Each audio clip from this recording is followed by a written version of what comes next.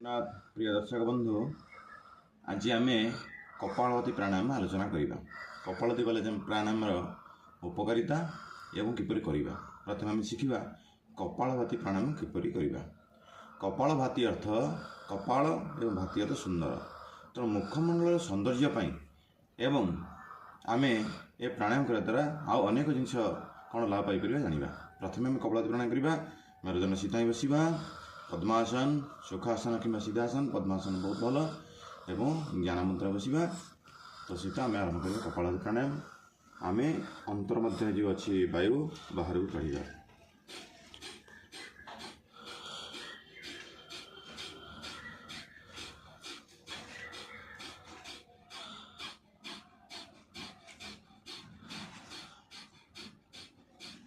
यहपरी भाव में आम 5 मिनट रु 10 मिनट पर्यंत करने द्वारा आमर पेटर समस्या दूर होगा सहित आमर विभिन्न प्रकार जो डायबिटीज अच्छी ताकू दूर होता है। ब्लड प्रेशर कम नियंत्रण होता है एवं आमर पाचन शक्ति सक्रिय होता है। जय जगन्नाथ दर्शक बंधु।